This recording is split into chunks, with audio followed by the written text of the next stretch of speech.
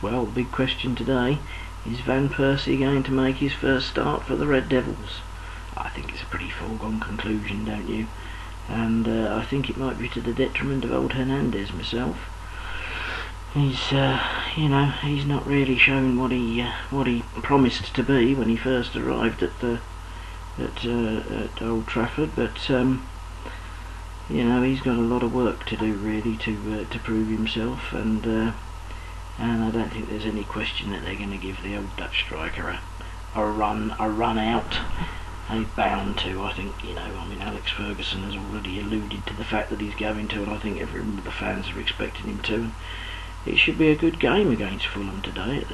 It's at home, and it should be a showpiece really, with any luck and good judgment. It should be a classic showpiece, which they need, of course, after their crappy start with Everton. First opening day loss for 8 years supposedly, and yeah, what about midfield, eh? Old Nani, that was quite funny that he put his demands up for what was it, 90,000 increase on his 90,000 a week.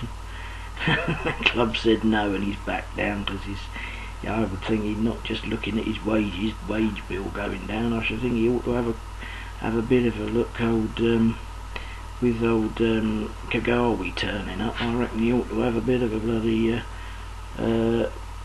have a bit of a look at his future entirely. But yes, I should think we're going to have the new Japanese chappie will be starting, and I should think old Van Persie without a shadow of a doubt, and it'll be interesting to see how it goes. And I don't know when they'll start the new Enriquez, but I don't know whether it'll be.